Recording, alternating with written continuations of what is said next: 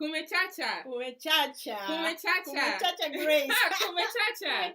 Kumechacha. Kumechacha. Kumechacha. Hey, let me drink some tea. Kumechacha hapa studio. Kumechacha hapa Tujipange Studios live from Philadelphia. Sesa, sesa. Sesa, sesa. Sesa, sesa. Sesa, sesa. Unirumie, rumie. Na kunilia unite. Unipeleke kwa mama. Atatupatie mali tungeondoa yaonde. Oh sister, naende yo mimi na wewe. Oh sister, mpenzi oh mimi na umbwa. Oh sister, karibu yangu. Oh sister. Grace, we need to start that all over again kwa sababu kumechacha. Kumechacha. Hey. Mpenzi yo mimi na mbwa. I tell you. Sesa, sesa. Sesa, sesa. Sesa, sesa. Sesa, sesa. Sesa, sesa. Sesa, sesa. Unirumie, rumie. Na kuilia unite. Unipeleke kwa mama. Atatupatia mali tungeondoa yalote. Oh sister, mpenzi oh mimi na wewe. Oh sister, tungeondoa yalote. Oh sister, karibu yangu. Oh sister, sesa, sesa. Sesa, sesa. Sesa, sesa. Sesa, sesa. Kumechacha. Habari diaspora. Yawa kumechacha. Kumechacha. I tell you, it's hot in here. It's boiling point. I'm telling you. Sesa. Sesa, tufunge ndoa ya lote. Shala mwana. Yeah. Our friends, for those of you who are listening are wondering, what are these ladies singing? We'll get there. Habari diaspora. Welcome to Kumechacha, your Saturday African Diaspora Breakfast Show. Yes. We are so happy that you're watching us this beautiful Saturday morning. Yes. We are pre-recording this show, but we are having breakfast with you right now. So don't change that channel. Huh? Yes. Yeah. Thanks for watching. Thanks for being our faithful viewers every Saturday. We really appreciate you. We love you. And join us every Saturday, same place, same time. Tujipange Studios, Philadelphia, USA. Yes. And this is Grace and Grace. Yes. And we want to say, like we always do, tunatuma salamu. We pass greetings to anyone who is watching us. Yeah. You're watching us in the US of America. Hello. Karibu, Chamge, Kemcho, what else? Ero, Liore, whatever. All of it.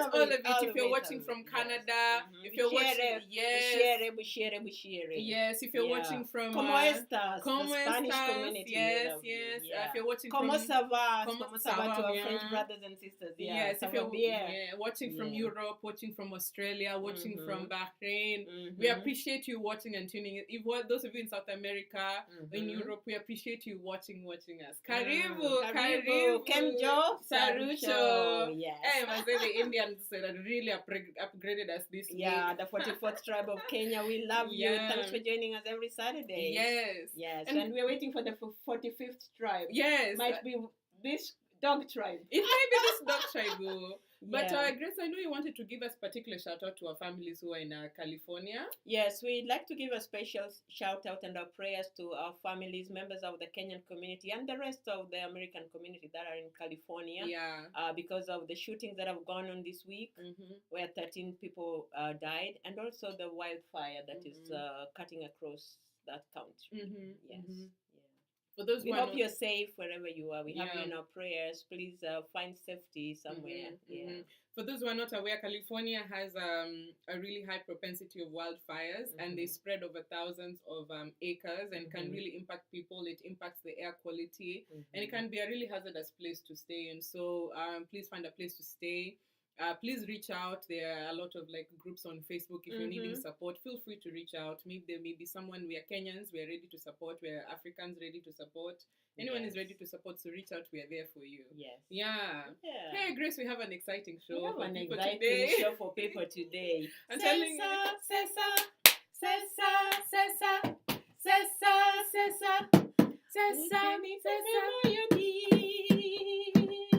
Naomba usinitese, unipeleke kwa baba, hata tupatia mali tungeondoa ya lote. Oh sister, ndio mimi na wewe. Oh sister, karibu yangu. Oh sister. Hey, Kumechacha kweli. Yes. What's the name of this beautiful song? Who's Karibu this yangu, Karibu yangu na Shala Mwana. Oh, this song has a lot of manenos. Yes. Yeah, I think it talks about prenuptials. Maybe I'm not aware. Yes.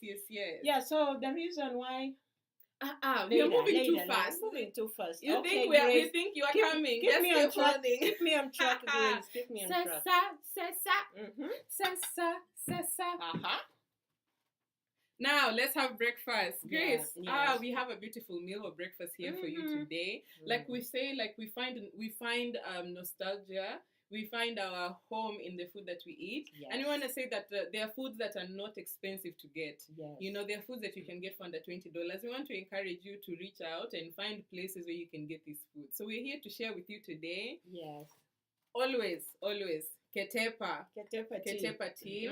The weather is getting colder, and so I think strungi is becoming even more popular. I know there are some Kenyans who don't ever drink strungi, but in you know, because I like my strungi with tea masala. Yeah, tea masala is available in various shops in America, on Amazon.com and also on eBay. Yeah, and in all the Indian stores. Yeah. Even if you're not able to find the particular brand which is Tropical Heat, you're able to find other brands that are tea masala. Yes. We also have a beautiful salad. Yes. And this is not really a Kenyan dish because I don't think we eat raw vegetables. No, someone used to say, why? I'm not a rabbit. Why am I eating raw spinach, raw tomatoes? What's in your salad? So what's in the salad? So in the salad, if I'm putting a bit of it without spilling it, there is spinach. Yes. There is carrots. There are mushrooms. There are beets, red beets. Beetroots, yeah. Very good for the blood. Yes, there are cucumber, shoshoba. There are chickpeas. There are, you see, there are so many vegetables here. And some other ones that are hiding in here. And in the spirit of health, we want to eat simple. We want to eat healthy. There's some people who prefer to eat it without any dressing. Sometimes people apply dressing on their food. I know sometimes this is like new. For me, when I first came to the US, I was like, one, I'm not a rabbit. And two, what is this juice that I'm putting on it? Yeah, I don't use any of the dressings. Yeah. Because I'm told they're very fatty. And if you want to add weight in this country, start using dressings like this one. 1,000 Islands. 1,000 Islands. I don't know if they're related to 1,000 boys, but they must be sisters to 1,000 boys or mena. Yeah, so be careful. I think this is some type of vinaigrette something. But if you want to eat salad and you want to a tip for you, you can make a really nice simple dressing for your salad by using a bit of vinegar, some oil, and some salt, and you mix it and you just pour a little bit on your food. It just gives it a little bit so you feel like there's some flavor behind it. Yes. Also, we have chicken links. Yani, nakwambia, I was looking at this chicken and just salivating. Grace, it's just been cooked so brown. This chicken of yours does not have the bones. But you know, there's some the American chickens don't have bones. Where do the bones go? American chicken does not have bones. Wow. They just hang like that from birth. Are you sure these are chicken? Nakwambia, when you see like chicken nuggets, you see a chicken has 23 parts. This one has no neck, no legs, no wrist. But it tastes good. Where's the intestines? The one you tie with the feet. With the leg. Where's the heart? Yeah. Where's the liver? The heart is where your love is. Just eat the chicken. Yeah, this chicken of yours. Yeah, it's American chicken. We take it for what it is. Yeah. Yes. Yeah. And you have salad. I have fruit salad. Yeah. So today we are making it very simple. And we hope as you watch us, you're also having your breakfast. So we got some fruit salad here. And that is it. That is it. That is it. The fruit salad. Yes. And what's in the salad, Grace? No, we have watermelon. We have pineapple, cantaloupe, grapes as usual. Yeah, those are the 4 that we have. It's delicious. Grace, I heard that nowadays in funerals, fruit salad is part of the package. Fruit salad has become a very, very important package of Kenyan funerals. And when they're asking you for help, they say, "Oh, we want to bury your body. We have visitors, but we have our in-laws, and our in-laws must eat fruit salad." Wow. So that is a new Kenyan trend. The funeral has not been a good funeral if they have not served fruit salad. Yeah, so if you're collecting funds, if you're doing the budget, remember to add fruit salad at the bottom, because the in-laws must eat fruit salad. Yeah, you don't want them to live with a bad name. Boy, that's a tough we went to so-and-so's home, and there was no fruit salad. Hey. Yes. I'm telling you, we're giving you tips. So yeah, and my friend, we went to Kenya. We went and did major research on the internet. We scoured all the Indian stores and we found Angoa. Eclair. The real one. Ooh, the real Kenyan one. Eclair. No fake. No real fake, one. No fake. If you, even in America, it's so hard to find eclairs. We are going to eat all of them. I'm sorry, my friends. I'm not sharing. What's that green thing in the bottom? I'm not sharing. So we have eclairs, and we also have a thing that's called, Grace, this is your bottle. You're going to have to explain what this is. What? Sandwich toppers. Sandwich toppers. And what is in it exactly? I thought it was pickles. Now, what are pickles? What are pickles? I don't know. They are Americans. So they are Americans. So it's an American tribe. It's an American tribe. It's the 45th American tribe. So the pickles, actually, cucumbers. They put cucumbers in a mixture of they marinate it in a mixture of salt and some type of vinegar, and they have it stay. Yes, they have it sit until it absorbs and takes on the taste that the flavor that you put in it. Yes. And people use it to put it on their sandwiches. Yes. Yeah. But you can also eat it like that. Yeah, I actually like it because you eat that one. Yeah. I still have to get a taste for it. Yeah. But you bought it. Sasa sijui. Ni tamu. Grace ni tamu. Thank you for buying for me, actually. Okay. Yeah, it's for my guests. Yeah. My American guests like you. And some water, of course. We need to have water and some iced tea. Yeah. That's lemon ice. Yeah, lemon tea. Lemon tea. Okay, Grace. And that's it. It's a very simple breakfast. We hope that as you watch us at home, you have your breakfast with you. Because we love breakfast. One of the most important things. In fact, the very important meal of the day. Yes. I think a lot of people get tired very early on because they have not given their body the nutrients that they need to start the day. Yeah. And Grace, continuing on the conversation of breakfast and taking care of yourself. We always talk about self-care. Some of you have had a long week. Congratulations on making it. Congratulations, you're sitting up, you've gone to church, you're watching us on Wednesday, you've worked. Yes. So congratulations if you've had a tough week. We are here with you. We hear you. Every week is different. Some weeks have great experiences. Some weeks just have difficult experiences. Yeah. But the important thing is to get up and move on. Yes. Yeah, just don't give up. Yeah. So you don't know what tomorrow might just be so beautiful that you'll be like, wow, is this really happening? Yeah, so count your blessings, pick up the dust, gather the dust, and always start again. Yeah, don't give up. Don't give up. Don't give up. Yes, and old age saying is when the going gets tough, the tough gets going. Yeah, so you are there. So and we always want to share our own experience so that they can be an encouragement, and maybe you can share your tips with us on what you're doing and also support us. Yes. So Grace, what did you do for self-care? Oh, my self-care this week was eating well. I tell you that Indian restaurant we went to, the samosa vegetarian. Yeah. It was great because a lot of the times I haven't eaten a vegetarian diet. Yeah, I was on some vegetable challenge, which was a bit of a challenge to me. But the self-care was I went to an Indian restaurant and they had these great samosas and bhajias and I felt at home. Just relaxed there and remember my days with my Indian friends. I remember Takrar, Bhavna Takrar, Mrs. Varghese, my Indian teacher. It was just so nostalgic thinking about home. Yeah. And the owner was so nice. Actually, if you haven't watched already, go to our YouTube, Kumechacha, Diaspora Africa. You see our videos at Samosa Vegetarian Restaurant. If you're in Philadelphia, stop by. An amazing experience. Yeah. Hey, samosa, bhajia. Tulikipenda. Wow, it was delicious. It was delicious. Yeah, that's nice, Grace. this. Mm-hmm. I also enjoy this. What about you? What was your self-care? For self-care this week, I actually watched a lot of movies. Mm-hmm. I was on Netflix a lot. Mm-hmm. One thing that I like is watching old TV shows and watching like new ones. So and this October, November month was a month of horrors. So even me, I was participating a little bit. So I watched movies like Sabrina, like Sabrina the Teenage Witch. I watched things like Charmed. So you were watching witches? Yeah, it's fine. And you were able to sleep. You didn't feel like a baby. Sleepless, haunted. Like a baby. Wow. I slept like a baby. I don't really watch those horror movies. They scare me to death. Yeah. I like the good ones. For me they're enjoyable. Especially I cannot watch a horror movie before I go to bed. No. Oh, Paul. Yeah, especially if there's any sound in the night, my heart will just be here. You've heard stories of how you were watching a horror movie and then you hear someone knocking at the door. Like, oh Lord, yeah. But it was nice to to just do simple things at home, like sit and watch movies and just relax and enjoy it. So it was nice. Self-care is very important. We work a lot, we work hard, and you need that little break. Your me time. Yeah. So important. Absolutely. Yeah, whether it's a walk, whether it's reading a book, whether it's singing and dancing, whether it's walking around naked in the house, do something for yourself. Yes, absolutely. Yeah. Wow.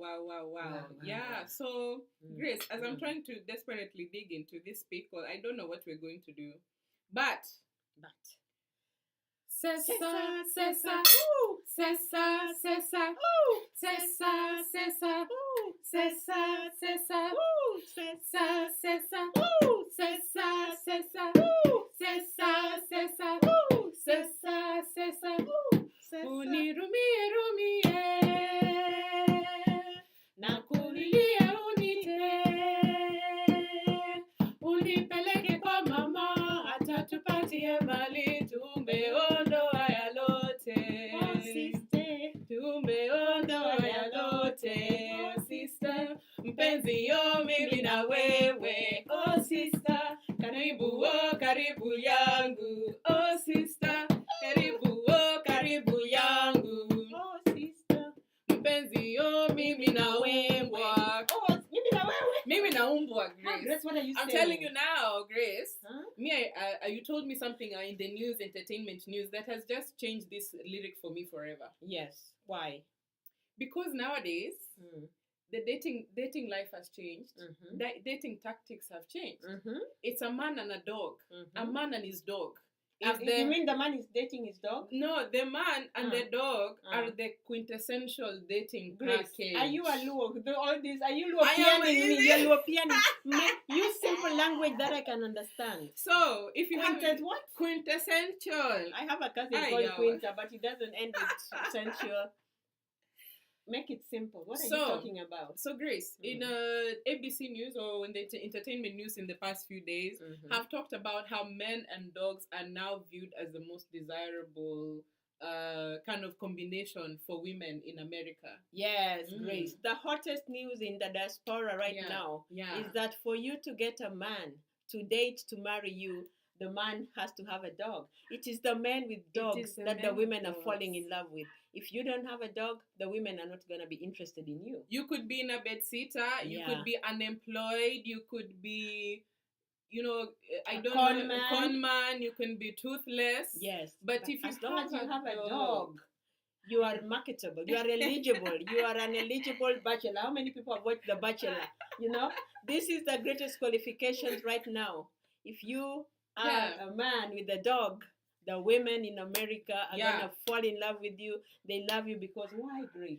Because I don't know. Someone explained this to me. Because I asked Grace, what is it? So they say that, I think they were relating it to some movie that is about men with dogs. What is it called? Must Love Dogs. I think it's a movie in 2004 about a man and his dog who were hanging out in a park. And then women would come up to him and say, oh my gosh, such a beautiful dog. Oh, who are you? Well, yes. So there's some research. Where are you coming from? Some researchers come up and they have found out that more and more women in America are falling in love with men who own dogs. Yeah. The question is, do these men really own the dogs for real? That is one. And two, what is it? What are the men doing to the dogs that is attracting the women to them? Absolutely. And what about men who cannot afford dogs? So me, I'm thinking, and can this happen in Kenya? Yeah. So I'm thinking about, like you said, like so many, different elements. I want to start with what does it mean? Not just a woman with a dog, a man with a dog. It's a man with a dog. A man with a dog. Woman with a dog. It's the woman looking for the man. Yeah, woman looking for a man. And the eligible men. Whether you go to Match.com or you go to all these matchmaking online whatever pages. The men with the dog are the ones getting the women.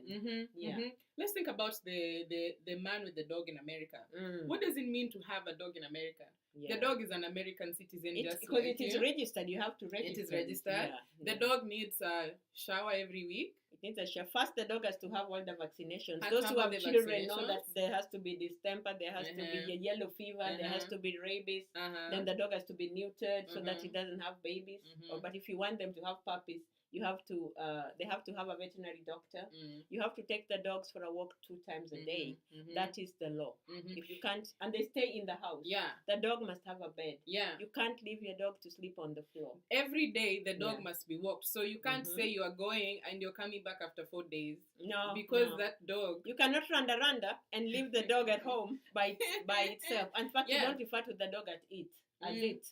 It is a hi baby. Hi baby. The dogs are like, hi darling. How you talk to the dog. You address the dog with maximum respect. Maximum respect. Hakuna kutesa. The dog. Yeah, the dog is a baby. So you think about the dog in America, right? The dog needs exceptional amount of care. The dog is a thing to be maintained, to be some people walk around with their dogs like it's their crown, In fact, some people refer to the dog as their babies. Their babies. They are no longer animals. These dogs in America have surpassed the animal level. They are intelligent.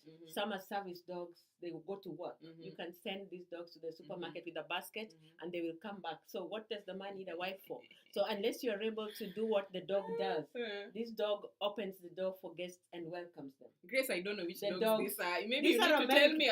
Find a friend for me and show me. These are dogs. When the man comes home from work, the dogs go and jump all over him. They welcome him. As a woman, are you able to welcome the man in the same way? But you have the same loyalty. Right. Are you ready to die for this man through thick and thin? So I see where you are saying that the women are in competition, right? With the dog. Yeah, the women are in competition with themselves. If the dog does not like you, yeah. If the man's dog does not like your smell, if the man's dog does not like your perfume, if the man's dog does not like your attitude, there's no chance for you.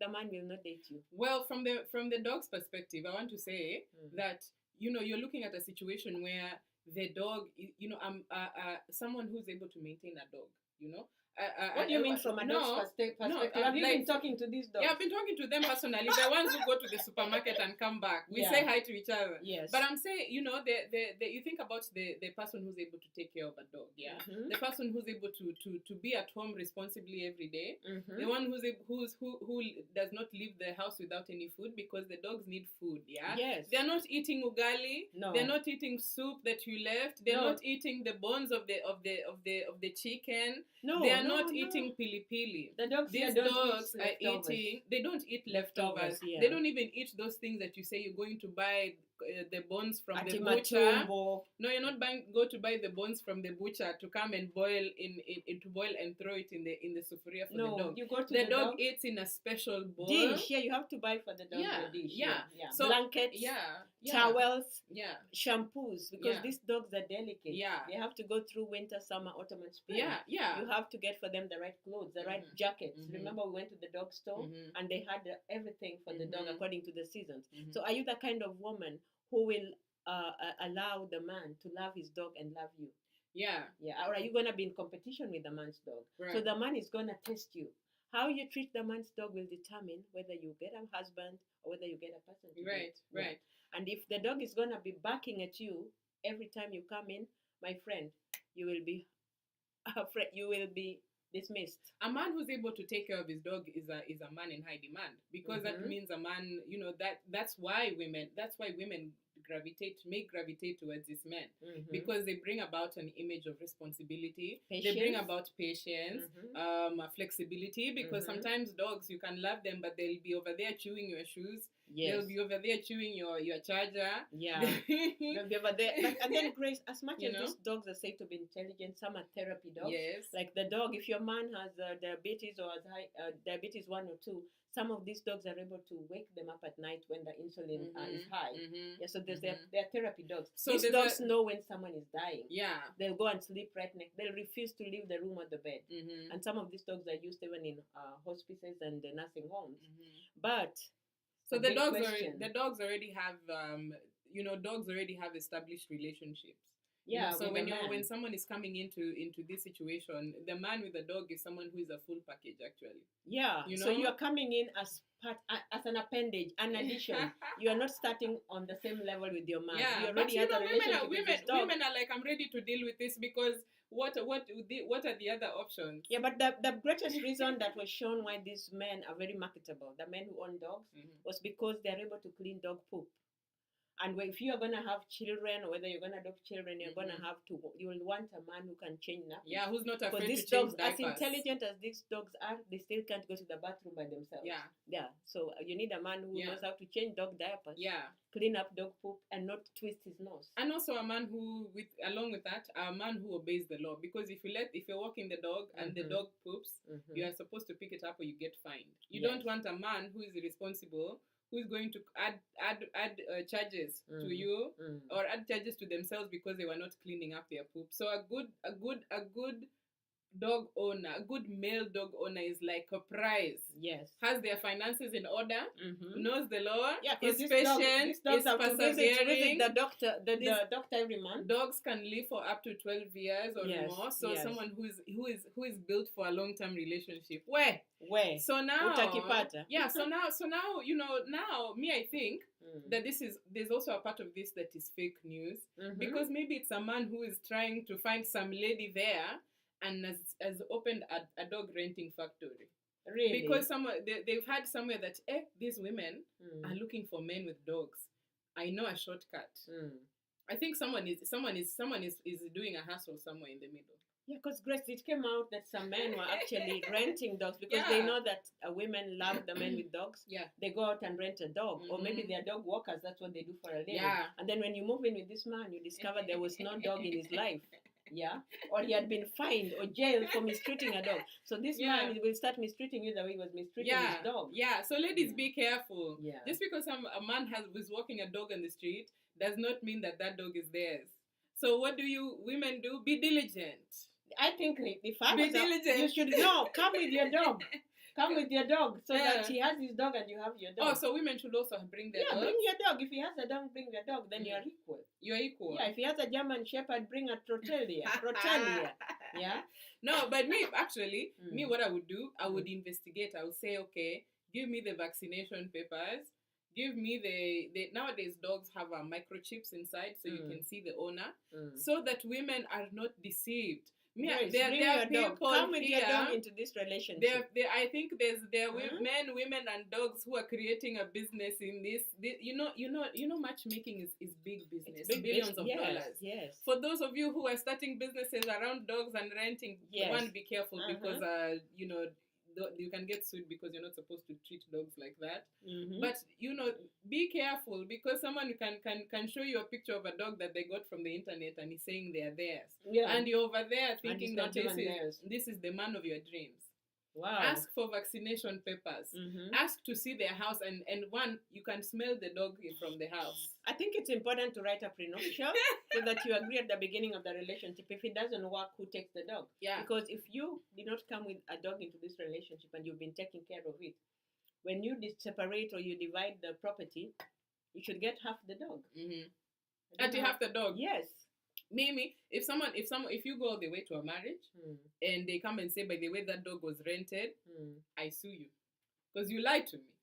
It's the same as saying that for me it's the same as saying I have a big job over there. I do a big job in the village. And then you go there, you find it's matafali. Oh yeah, but and Grace, you get deceived. You say, no, this was fake news. Yeah, this but was Grace, fake reporting. Again, this dog, I think it's gonna break up relationships between people and families. Wow. Because during the wedding, the dog has to be the best maid.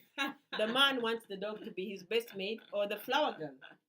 Yeah, so instead of buying on the back, in the back, yeah. So instead of buying the wedding gowns and whatever for your friends, relatives, whatever, you have to buy it for the dog. So the dog will be walking around with the dog ring bearer. Yeah. Tang, tang, tarang, tang, 4 legs. Tang, tang, tang, tarang, tang, tarang, tang, tarang. Yani women, we don't have it easy out here. Kumechacha, Grace. Kumechacha. Sessa. Sessa, Sessa, Sessa, Sessa, Sessa, Sessa, Sessa, Sessa, Sessa, Sessa, Unirumie, naomba usitese, nakupeleke kwa baba, atatupatie mali, tumeondoa yalote. Mpenzi wangu ninaumbwa. You are wondering which is it me and you? Is it me and the dog? What's happening? Let me tell you, Grace. Yeah. Where there are 3, there's a crowd. Unless this dog is going to be the second wife or the third wife. Grace, let me tell you. Nowadays, owners sleep with the dogs in their bed. So you're gonna move you and your wife and the dog are all in the same bed. Get a big bed size 6. Size 6 by 6. Queen bed. When you're pushing your significant other like the this, dog is coming in between. Go. It's tough. It's so tough. It is tough. It is tough in America. But we women women are this looking. This news is making me sweat. Grace, I thought I thought a man with a dog meant mbwakali. A dog that when you come in the house it has these muscles has muscles. I think you're talking about those dogs. Peppers. It has eaten pili. It just that's how I know I'm being taken care of. Yeah, give a dog pili here and get arrested. Then that is when you will know what the inside of an American prison looks like. That's what I thought men with dogs meant. Umbwakali will protect the neighborhood. The dog is as big as a horse. You're talking about those dogs at home back in Kenya that stay outside the house. These dogs have their own bedrooms. Yeah. And these dogs sleep together. Yani, in the bed, with you in the bed. So are you ready to be in a relationship where the dog will be part of the family, the dog will be part of the bedroom, the dog will be sleeping on your bed? Yeah. So the challenge is yours if you are ready for a relationship. The men are on high demand, but remember the dog. Me, I think there's fake news happening. There's someone who's trying to make business here. And I think someone is trying to make business here, Kabisa. I think there's a man out there who has read this story and said, you know what? Let me go to my friend who has already married and has that stable dog. The dog is already trained. I'm going to go to the park over there every day for 1 week. Once I'm going to volunteer to walk the dog for 1 week. Kumbe, they're looking for you. And you must also... They're looking for you, my friend. They are. And Grace, you must also be able to speak good English, fluent English. Because when you're coming from home, these dogs, they've been speaking English since they were born. Yeah. And don't you dare ever point. You want to keep this relationship? Don't you ever point at the dog with your finger like, where? Marital wars will start when you do like this. When you do this to the dog. Where? Yeah. I know a friend who lost a job because he pointed at the dog like, where? Yeah, and now, dogs at the workplaces. There are dogs who are appointed Minister of Compliance. There are dogs who are holding official titles. These are dogs with positions. They have their desk. What about the ones who go to war? The ones who are awarded medals for fighting in Iraq, Afghanistan, Vietnam. This dog fought wars and won for America. Ladies, I think here's some advice, free advice. Ladies, it's okay if you want a man with a dog. Actually, that's a great thing. You have found something good. But let me tell you, ask for receipts. Ask for the vaccination records, or ask to see the house and ask where the dog is sleeping. Yes. Because you might find yourself the third wheel in a relationship.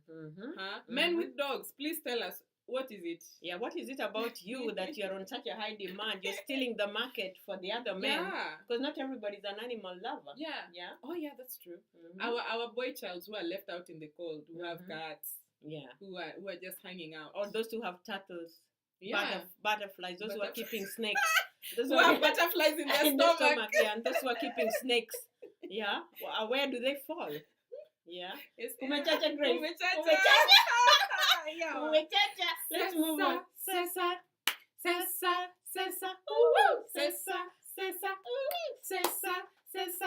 Hey, bass. Okay, on to other things. You know this topic with dogs, and when we were reflecting just a little bit on, just let it not fall. This beautiful lemon water. Let me drink my lemon. Here you go, my friend. News Kumechacha. Even the lemon is trying to run away from this conversation. So, when you're talking about like dogs staying in the house, you know, the dog will smell you before they allow you in the house. It's actually not your friend allowing you, it's the dog. We are talking about things that you can never be prepared for when you come. You know, you're fresh off the boat, fresh off the airplane. Actually, coming to America, do you expect to find something like that? Even if they tell you, Grace, even if you look at all the news that's online, maybe you're watching us and you're looking at tujipange.com and you recently watched the article, read the article, there's nothing quite like coming here and being bombarded with it. You know, at least you can watch from the comfort of your own home. It's another thing to experience. Seeing is believing, and it could be more true here. Yes, and Grace, you forgot to say that this dog is part of the shopping. When you're going out, when you're going dating, when you're going for an evening out, when you're traveling, have handbags. They will, leave alone that. You, as the girlfriend of the wife, you will sit at the back seat. And the dog will be sitting in front. The dog staring out the window. The co-driver. Your husband or your man's co-driver. Yeah. Dog first. It's a dog first country. You know, Grace, I'm glad you said that because I saw KQ Facebook page that had their first dog that had traveled from Nairobi to New York. Oh, you mean straight. The Kenya Airways came with a dog? The Kenya Airways had a dog. A sniffing dog? No. Like someone's dog. Someone's pet. You know now really? Pets can travel on airplanes. I thought the dog was there to sniff if anybody was smoking marijuana. This was a beautiful dog that had its own place. It is traveling internationally. It's paid a seat. It paid the $230. No, but I think it sat with the cargo. But people will pay for their pets to travel with them. Yeah, I think that they will leave the dog ushago. Yeah, I was just reading about the pet hotels. So there are pet hotels that just take care of the dog. They have bedrooms for dogs. They have dog walkers and people who take care of the dog in the hotels. Yeah. So you can travel with the dog on the plane and also stay with the dogs in the hotel. Yeah. So go online when you're traveling, when you meet this man with the dog and you establish a great relationship. When you're traveling, go online and Google the pet hotels. Yeah, they're right there. They're affordable. Yeah, but some are very expensive though. Yeah. But coming back on the topic of fresh off the boat, these are things that you'd never expect to see. Even years later, you hear these things for the first time. Yes. Yeah.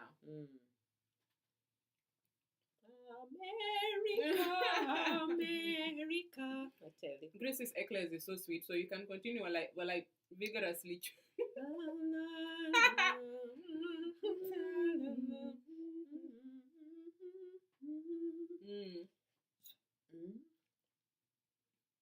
Fresh off the boat. Fresh off the boat. So there have been a lot of information. Actually, this Facebook thing, this internet has over information, under information, misinformation, and real information, and fake news.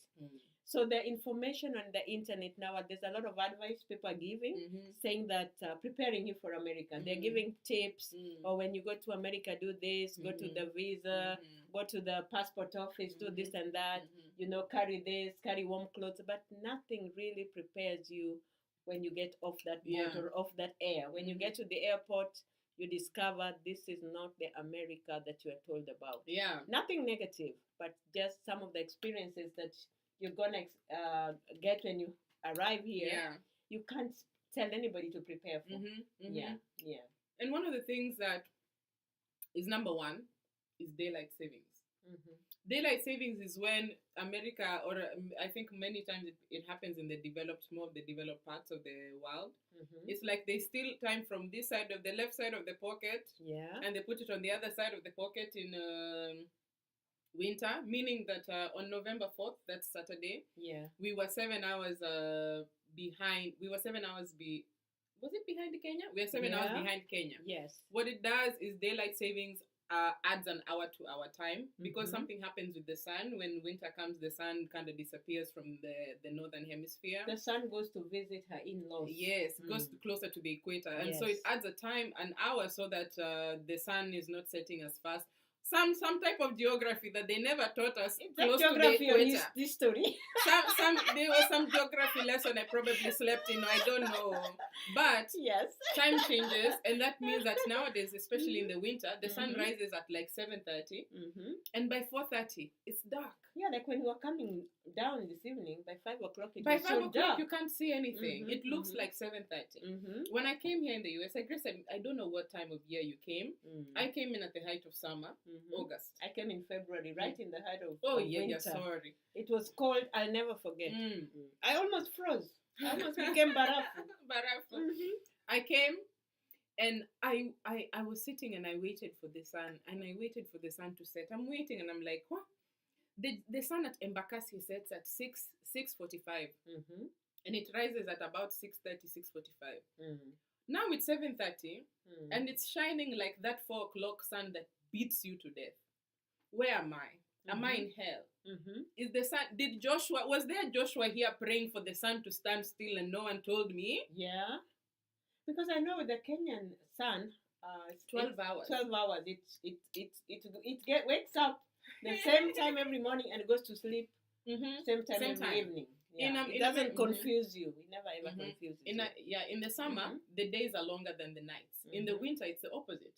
The nights are longer than the days. So you become confused. Yeah, the other day, I ended up at work an hour early, and nobody was there. Yeah. I was like, wow, let me rush outside. Someone might think I've come to steal. Yeah. I was there at 7:15, and I thought it was 7:45.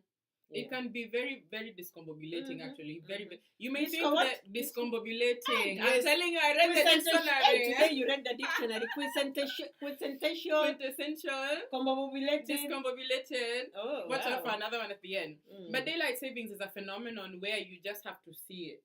Because I think it also changes you physically because you're not used to it. It changes your chemistry because one, you have to get used to a new rhythm of sleeping and waking up.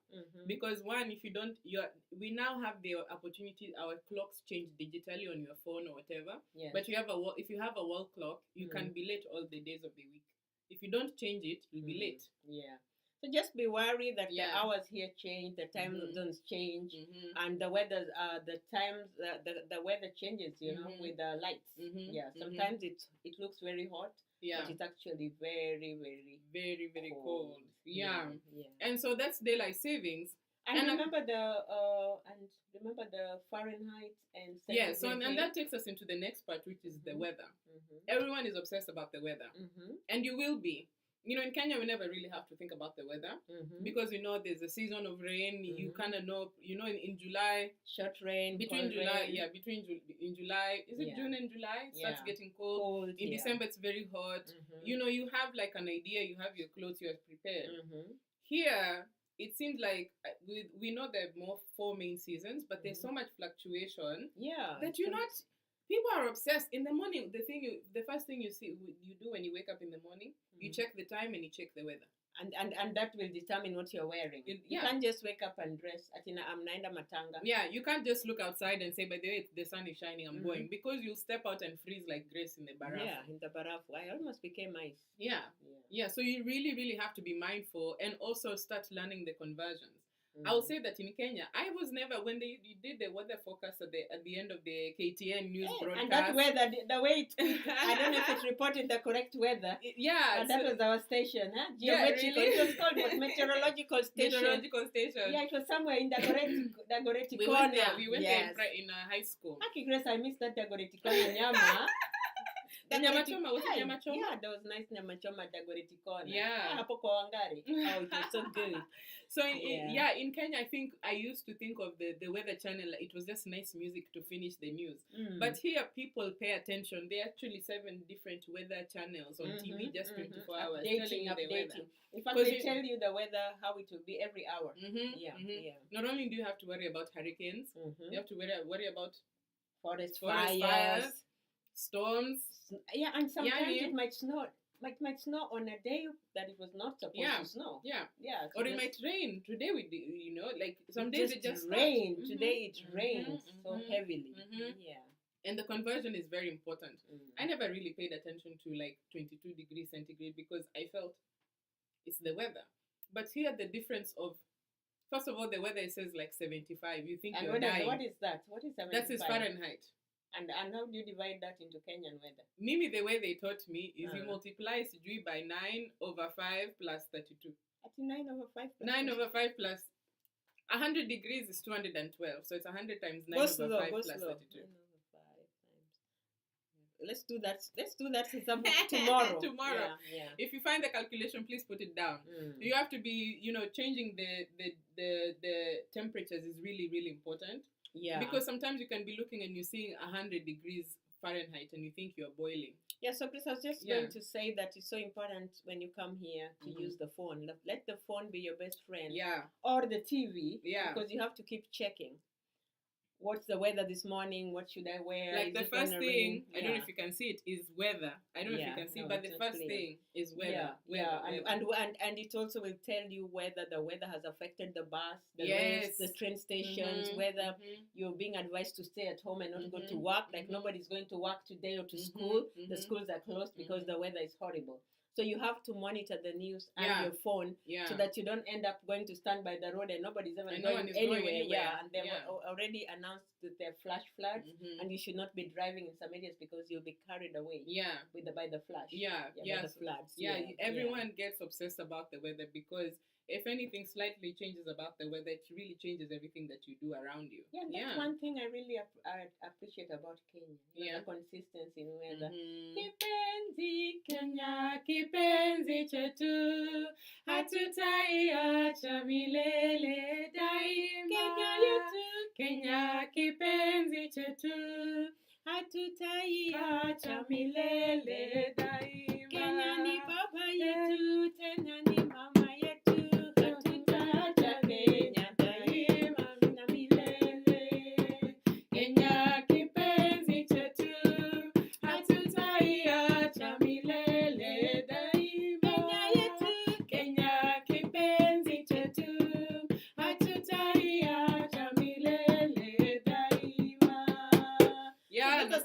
Things that we're really not prepared for, but makes you really homesick and say, oh Lord, they have to come and go through this weather, these floods, these storms that pull off roofs, tear off cars, make you stay indoors.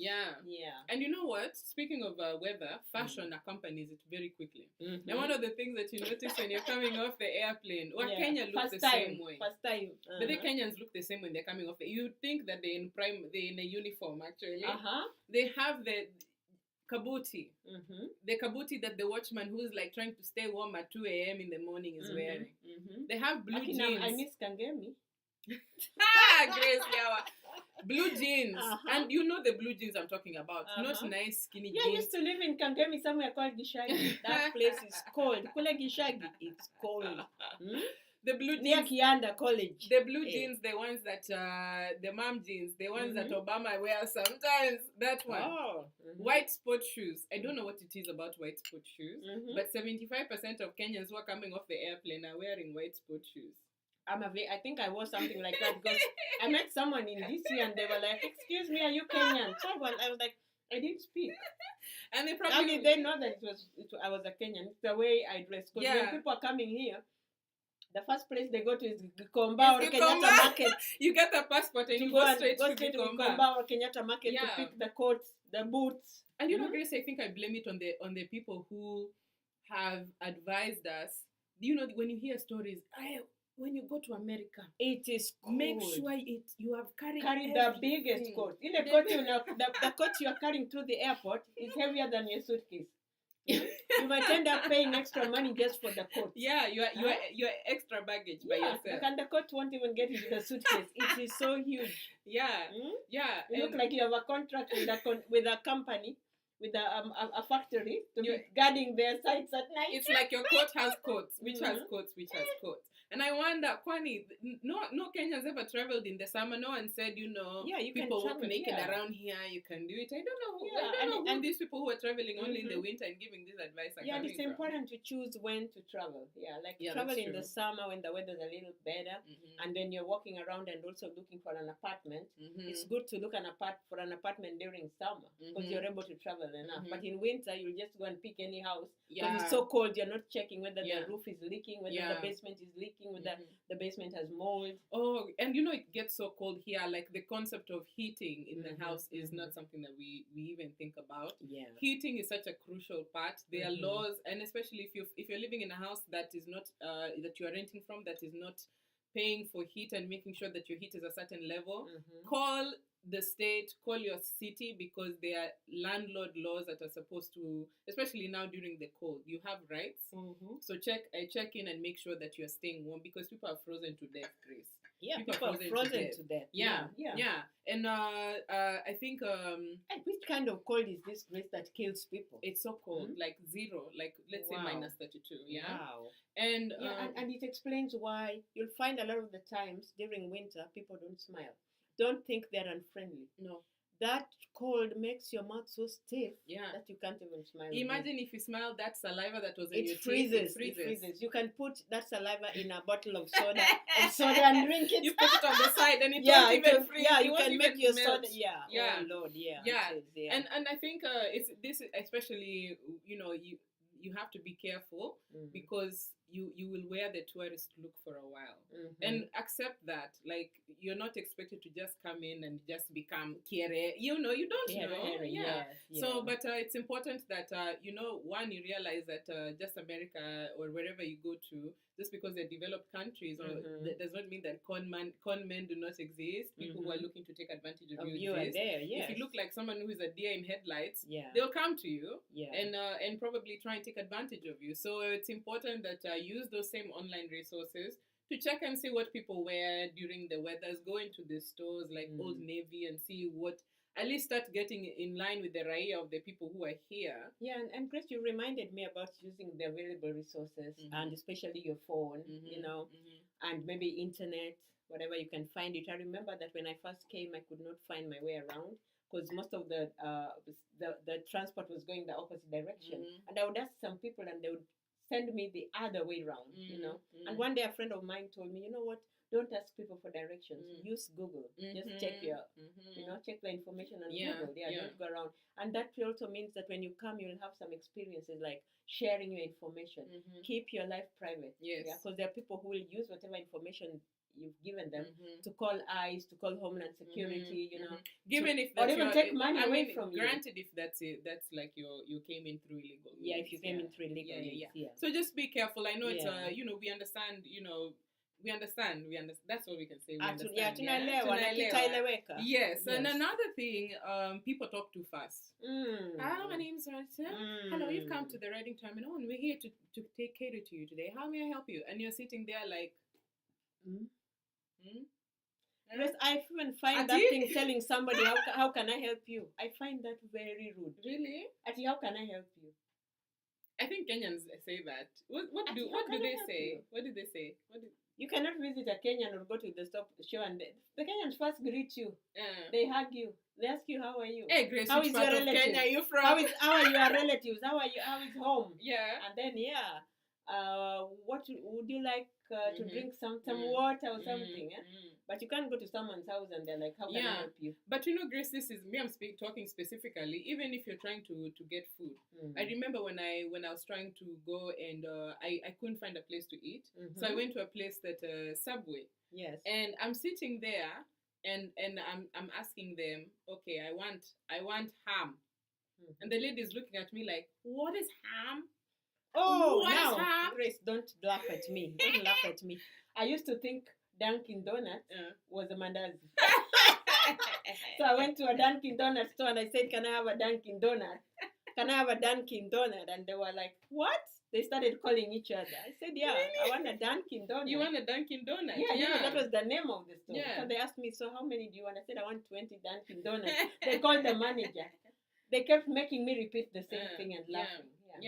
Yeah, and this can be very challenging because it kind of bruises you, because then my feelings were so hard. So I was like, wow. And you know, Grace, having to like ask someone to repeat themselves, it's also like uncomfortable. Auntie, can you please say that again? So people around here talk too fast. Americans in general talk too fast. Yes. And some of us have had to just adapt because so you also start talking first, and people say you're shrubbing and you're being proud, but sometimes you have to do as the Romans do and adjust, just so that you can be understood. Like something different in terms of even how you pronounce it. It's the same sentence, but you pronounce it differently. Like I was saying, we're going to form a committee. We're going to form a committee, and the person on the other end was like, "What is committee? What is committee? No, committee." They're asking me what is committee? What is committee? Yeah. And I said, like the group that you meet together to decide. Oh, committee. Not committee. Committee. I was like, kule committee. You know, so you know, so it's just like people talk too fast, people talk differently, and sometimes it's those barriers that you don't even know where to start in terms of like bridging the gap. You know, it can be hard. But you know what? An advice is it's a two-way street. If you can understand them, then they can understand you. But the way they're like, you make sure you are understood. Tell them, this is what I'm saying, and this is what it means. Make them understand you. Just be firm. So it's possible to have that conversation. Continue talking. Don't keep quiet just because you're not understood. Continue talking. Continue communicating, because it will continue to come. These things take practice. Food flavor. Yes. Oh. Grace, when I ate that spaghetti and meatballs at the dining hall, I felt like I wanted to call my mom and say, Mom, they lied to me. I'm coming back. Yeah. They lied to me. They said America was the land where you can get milk flowing from the taps, where you can eat spaghetti forever. But they didn't say that this spaghetti does not taste. It tastes does not have any taste. It tastes like karatasi. Even some of this food, like they use a lot of spices in the food because a lot of the food is bland. Yes. Yeah, they're really plain. It's not like our chicken, that one that has eaten worms and vegetables, and has got some nice oil in it. It's different. It's kind of like almost tasteless. Yes, so you really have to marinate it. But the taste of Kenyan food, it's hard. You stick with it. It sticks with you always, like forever. And some things that, like things like meat, finding the meat that you usually get at the butchery is very hard to find. Fresh meat. And not only fresh meat that you feel like you boil for like 1 hour. Here, if you try and boil meat for 1 hour before cooking, it just separates in the sofria. It's gonna turn into, what will it turn into? Into mashed potatoes. Yeah, it looks like mashed potatoes. Because it is so soft. You think that chicken, you're going to just put it in a little bit of water. No, in 15 minutes, the chicken is ready. It's ready. You're over there 10 minutes. In 10 minutes. Yeah. You know, and that affects the flavor. It affects the effect. Affects the, imagine you're someone who's been used to like sitting and on a burudika, you are sitting in the kitchen. And by the time you look up 30 minutes later, the food is ready. Actually, it's burning in the stove. Overcooked, Yeah, so I think that taste that Kenyans have for food is real. Yeah. And some of the food we despise at home and don't really appreciate, when you come here, you really, really long for them. So nothing prepares you for that.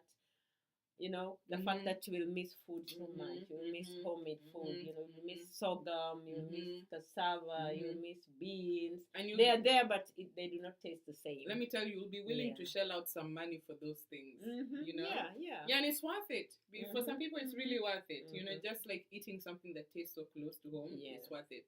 Yeah, so, my friends, if you've not made that trip yet, and you feel anxious, we've been there because nothing prepared us. Nothing prepared. But you will survive. You will survive. You will survive and you will thrive, and you will laugh with your friends. And you will become the expert at advising people. This is what you need. Exactly. Hey, Grace, our time has gone. Wow. Yeah. But we wanna talk. We wanna Sesa, sesa, sesa, sesa, sesa, sesa, sesa, sesa. Unirumie, rumie. Naomba usinitese. Unipeleke kwa baba, tupatie mali. Tumeonewa yaondo. Oh sister, tuombe ndoa ya walote. Oh sister. Karibu yamba. Oh sister. Karibu mumba. Oh sister, mpenzi yo mimi na wewe. Oh sister, Mpenzi yo wewe na mbwa. Karibu yangu. Oh sister, usinitese moyoni. Naomba usinitese. Unipeleke kwa baba, tupatie mali. Tuombe ndoa ya ondo. Oh sister, karibu yangu. Oh sister, mpenzi yo mimi na wewe. Oh sister, karibu yangu. Oh sister. Hey. Wazimbua kalunda. Kumechacha Grace. Kumechacha hapa studio. Kumechacha. Parents. Yeah. This is for you. Now your kids are home. Hey, KCP. But they belated success. Yeah, you know you have already success. passed with flying colors for the KCPE. For those of you who are taking the KCSE, Kenya Certificate of Secondary Education, which is from November 2nd to about the 29th. So many. You are our next generation that's going to be joining the universities in Nigeria. So many BD. Yeah, and yes. I know that the parents are maybe waiting for you with bated breath to come home. The children are coming back. Yes. Oh Lord Jesus, come back and rescue us. The children are coming back. Even in America, yes. December is approaching. The holidays are approaching, I think, for everywhere around the world, actually. I think everyone takes a December break. Yes. And this is a time to really reflect on youth and young people and the holidays. Yes. You know, what happens? What's the experience? We have some... I'm just listening to you, Grace. You know, I'm not too far from those children in school. Yeah. So, you know, young people coming back, you know, young people during the holidays. What happens when people come home? Are we ready for young people when they're coming home? Do we have the opportunities for them when they come home? Yes. Do we really understand our young people when they come home, either boarding or day school? Are we ready to deal with it? You know, do we have the financial, emotional capacity to deal with these children who are just going to be released into the world? Yeah, but Grace, how are you going to prepare for these kids when they're coming back with new agenda? They're coming back with influences that they've gotten from the school. They want to come back. One, they'll be sleeping all day to compensate for all the hours that they had in school. They'll be in their night dresses all day. They don't want to wake up. They'll be going to the toilet every few minutes using one whole roll of tissue paper per day. Yet when they were going to school, they brought that long list. They only asked for one tissue. But now they're in your house, they're using one roll of tissue paper every day. These children are eating. They're eating as if the world is coming to an end. You see, do you really want them back? You see the young man. They're eating bread. They're eating bread like they work for the bread factory. Like they're going to Mjengo straight after. Yes. These children are coming home and acting like they've not been eating the whole time. Yeah. So why do you want them home? You know, children are like, I don't have any children, but I remember being like a teenager. Yes. You know, I remember coming home and saying, "This is my hotel." Yes. I've suffered. I have suffered. I've suffered in school. I suffered in school. I'm telling you from my teenage brain. My teenage brain had suffered. You're suffering. You're not drinking all that githeri and porridge. It was, and the school cook was removing the sweat and pouring it. We would put turning the ugali, cleaning the sweat, pouring it. I came to a hotel, but you know, parents see it differently. Parents see the time off as a time for family time, the time for you to get re-engaged with all the household duties. You are the one who's cleaning the toilet, washing the duster, but you're not ready for that. You came for a hotel. Yeah, but your parents want you to go to church every day. They want you to go to Bible school every day because now they need you. You because you're just sitting. You're using up electricity. You're using up toilet paper. You're causing trouble in the neighborhood because you're jumping the fence and running around. Yeah, remember that we were laughing about this real story that happened. Yeah. Of the girl who came from holiday. She was in the village and she made a hole through the fence because she wanted to go out dancing that night. And just the moment she came out through that hole, her father was waiting with a huge stick. Poof, poof, poof. Unaenda wapi saa hizi usiku? Yeah. Yeah. Yeah, so I think what we're talking about is like the kids need to be occupied. Yeah. Yes. These are young children. These are children who are within our care under 18. Yes. These are children who need to be occupied, who needs to be probably engaged in productive activities. Maybe need some time to relax. Sometimes school, some schools can be very stressful. With homework, here and there and here and there. So sometimes it's a time for also the child to relax from work. Yeah, but if the child says that they want to watch TV all day, they're just there watching TV. They've been missing The Bold and the Beautiful and all the Mexican soap operas. They want to watch adult movies. They want to catch up. They want to do PlayStation. How do you handle that as a parent? Well, I think that then it depends on the parent. And those are things that are like come down to a level. But I remember, I think it goes down from family to family. For me, during breaks, it was an opportunity for me to rest. So I was given some opportunity to like relax just a little bit, but not like now sitting all day. I was also expected to participate in the household duties. Now you wake up in the morning, 5 o'clock or 6 o'clock, you make tea, you make sure you wash dishes. You must have been a very obedient child, because a lot of children will not agree to do that. They want to compensate for all the hours they've been doing at school, morning prep. Yeah. And I also want to say, like, not all kids are like that. We know there are kids who over there who drive their father's car slowly out of the driveway. They go party and they return it into dawn. But there are also kids out there involved in some bad car crash. But there are also some kids out there who are very entrepreneurial. There's some kids also, you have great opportunities to get involved in like volunteer work. So that's something that I was able to participate in, and it has really changed my life from doing it at an early age. So there's a lot of things that one can do and parents can support in. But I think it really depends on the family. Or maybe the generation. I don't know what you did when you were on holiday, Grace. Oh, during the holidays, we did visit our grandparents. That was an important part, and our elderly grandparents were ailing. So it was our responsibility to just go support them, help them fetch water, help them with cooking, and also learn a lot of folk tales and some wisdom words from them. But we went accompanied by our parents. They never left us there on our own. But I know a lot of parents who just kept sending their children to relatives. Oh, go and live with so and so. Like abdicating their responsibility. Like for them, it's a time to send the kids away. I find it funny that when parents complain that why are teachers not doing this and that? Maybe it's because you're not spending time with your child. So you and your child are strangers. So sometimes parents need to take some responsibility over the holidays. You can just throw your child, abandon and your kids, sending them to the uncles, sisters, relatives, because this is where some of the children get molested. And people take advantage of them. And then they go out to disco matanga, which they've not been doing at your own home, but there's a funeral in the village and the children will go out dancing and then they get pregnant at night. So it's really important to supervise with some love, with a lot of love. Just give them some guidance and also have conversations with them rather than just dictate. Because Grace, remember the children who've been coming back, they go to school when they're either Muslims or Christians or whatever. They come back and say, "Oh, I'm not going to church anymore."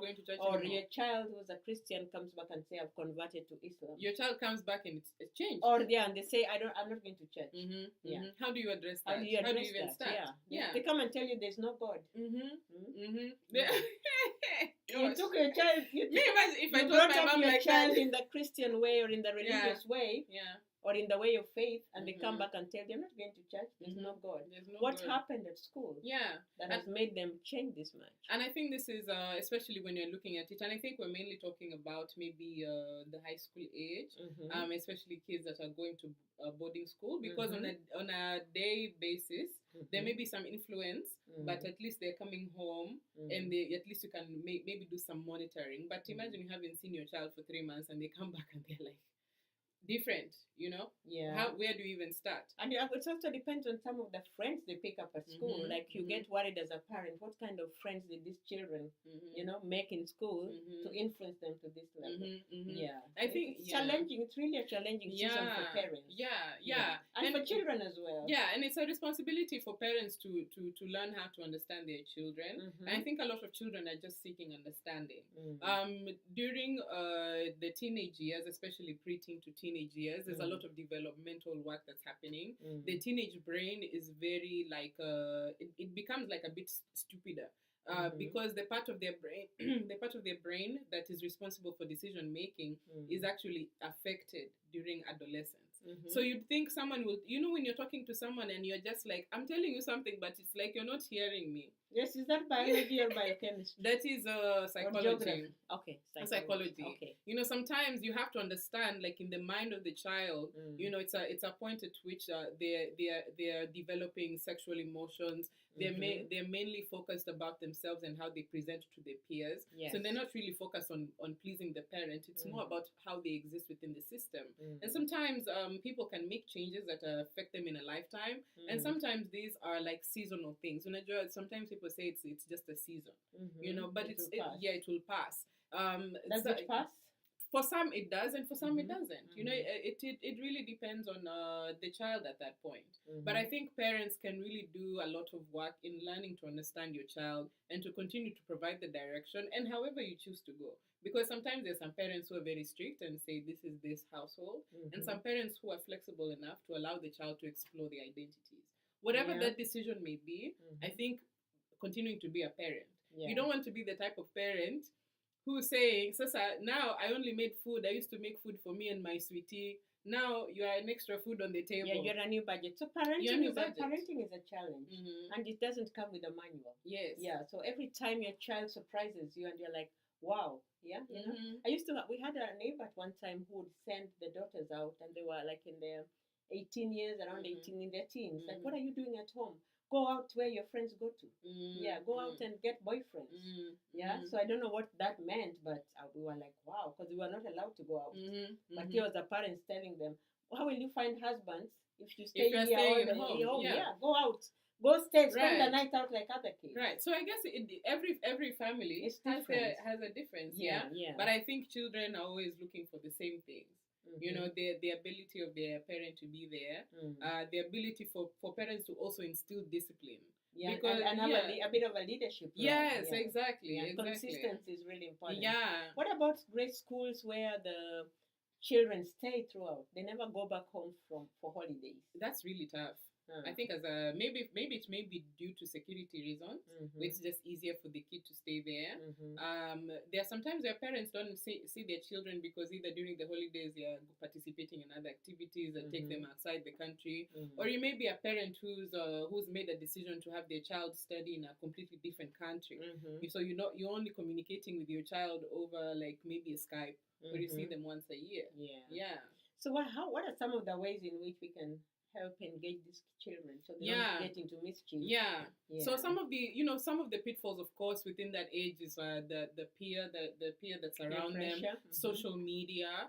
Nowadays children are very internet savvy. You hear children who are 5 years old racking up bills because they were busy buying toys on Amazon. Children know how to operate phones with know your passcode. They can open a Facebook account and say that they were born in 1980, but they are like 15. So what types of how are we engaging ourselves as responsible adults on the internet, as responsible adults out there? These pitfalls like drug abuse, this is the ages that this starts. The adoption of behaviors that may be problems earlier in adulthood if they are not metered or talked about or cancelled about. So there are many opportunities that we as adults can create to foster an environment. Because youth in Kenya, there's a rhetoric that youth are supposed to be seen and not heard. So youth are left to fend for themselves. So how I'm thinking about opportunities such as educational training. There's some opportunities you can do, like take a computer class, cookery classes. Take a cookery class. Campaign. What do you call it? Camping. There are now a lot of camping, especially with some of the churches. Yeah. And some schools go. Like I used to be in the wildlife club, and during holidays we would travel all over Kenya, visiting the national parks. So that was really nice. There's groups like Junior Achievement, which is like a business and entrepreneurship group where you can do activities outside. Libraries. There's sports. Actually, you can join the team within your neighborhood. Those are things that also, like, remember, build your resume. You know, as a child, you can help your child along in building a great resume. Isn't that a great gift to give your child? Yes. Yeah. How do you engage your child in productive activities? I know in America, actually, it's really hard when kids come home because now there's no one to stay in the house with them. Yeah. There are no maids. Yeah, there are no maids. It's not affordable. And sometimes it's not safe to just leave your child in the house because that could be child abuse if you leave your house alone. So it's important to be creative. If you're able to pay for daycare, if you're not, find ways that you're able to engage the children on. Because if you don't engage them, their mind will wander and find another way to engage themselves. Yeah, but Grace, I see here during the holidays, like where I work, I see people, parents coming with their children, asking at the place of work whether their children can come. If the children can come and volunteer. And they do that. They come and do the files, they clean. Yeah. They learn kind of to be in a work environment. Also in the shops, they allow children who are like 16 years old to work. So like children start working as cashiers very early. So they really engage. Even before the holidays come, parents start applying, helping the children apply for jobs. And volunteer opportunities. You know, Grace, what I get from this is like be involved in your child's life. Get involved in your child's life. Especially teenage can be a very isolating time. It's up for the parent to continue that, because I was a teenager, not too far back. I still have memories of how I used to think. It's important that no matter how the child may resist, that to provide that care, because once they leave, you'll see them in another 3 months. And what do you want to see in the next 3 months? Do you want to see better? Do you want to see worse? And also be careful, like be very conscious and alert when you're giving your child to a family friend to give a ride, because some of those family friends have turned into wolves and hyenas. Impregnated, raped kids who were supposed just to be given a trip, to drop them somewhere, at a relative's house. So be very, very careful. Be responsible for your child. So both good and bad, because I've also had great experiences where I have gone to family members and I've lived. Sometimes they say, you need to go live with some other people so that you can appreciate what it's like to live in your home. And not in a bad sense, but you go into another family system and you come and say, okay, there's some differences. And then you look back on yourself and you say, why was I acting all out like that? If you're someone who's sleeping up until 4 o'clock, you'll be taken to the village where you wake up and sleep. And you come over the cow at 6 o'clock in the morning. You go to fetch the river to fetch water. But what's important is to create a safe space for your child, and to give your child that confidence to trust you and be able to talk to you and hold a conversation with you. That's so important. Let your child be your best friend. Yes. And you can do it whether or not there's someone who's on the conservative side or someone who's very liberal. The relationship is I think the relationship is the most important part. Mtoto singuo utaomba mtu, singuo utaomba mtu, mtoto singuo utaomba mtu, mama sina wako utalia mama, kama una wako utalia mama, kama una wako we utalia sana mama. Take care of that child, because you cannot borrow another person's child and make them yours. Mtoto singuo utaomba mtu, mtoto singuo utaomba mtu. Sina changu utalia we, kama una wako utalia we, utalia sana utalia we. Oh Lord. Hey Grace. Kumechacha leo. Kumechacha. Oh yes, I want to share that if you're someone who's living in Kenya, there are places that you can go, like a lot of resources for youth. Actually, now if you look online, we're going to share a list of resources that we found on the internet. On someone shared a great post on taking education on comprehensive sexual rights. If you know that young people are the ones who are leading the highest rate of infections, of sexual transmitted infections. Yes. And so it's important that there can be youth create their own spaces where they can talk and educate themselves on health and navigating adolescence and relationships and sex. So there are places that you can meet in person, you can go online. It's a great productive activity to be a part of. Yes, and Grace, I just saw a warning about parents who are taking medication, especially pain management medication, painkillers. If you are taking certain medications, children start testing these medications. They want to try them. Don't put them in your cabinet. Don't put them in a cabinet. Make sure they are locked up so the children don't try this medication. Yeah. Because they will get addicted to them and they will go out and start looking for them. They might also start selling your own medication. So parents with on medication, take care. And on a positive note, foster your child's creative talent. This is also a time when children will come excited, talking about the things that they've done. Love to do. Yeah, this is an opportunity for them that they have been independent. So, listen to them and see what is it that's happening at the bottom. What is it that they're exploring? A part of themselves? Yes. Is it something that can be blossomed and brought out into, greater awareness? Yes. Yeah. And know your children's friends and families. You can't have a friend. Your children can't say they're friends with somebody you've never met. Who are these people? Who are your children's friends? Who are their parents? Where do they live? What do they do? If my mother used to say, bring your friends home. Don't meet them out there in the streets. Those are hello friends. Hello friends. Bring your friends home so that we know them. Yes. And we're responsible for them. Yes, absolutely. So Grace. Kumechacha. Kumechacha. Kumechacha. Kumechacha. Grace, we'll drink tea and enjoy the rest of your Saturday. Yes. See you next Saturday. Yes. Same time, same place. Tujipange Studios, Philadelphia, USA. Yes. Kumechacha. Kumechacha.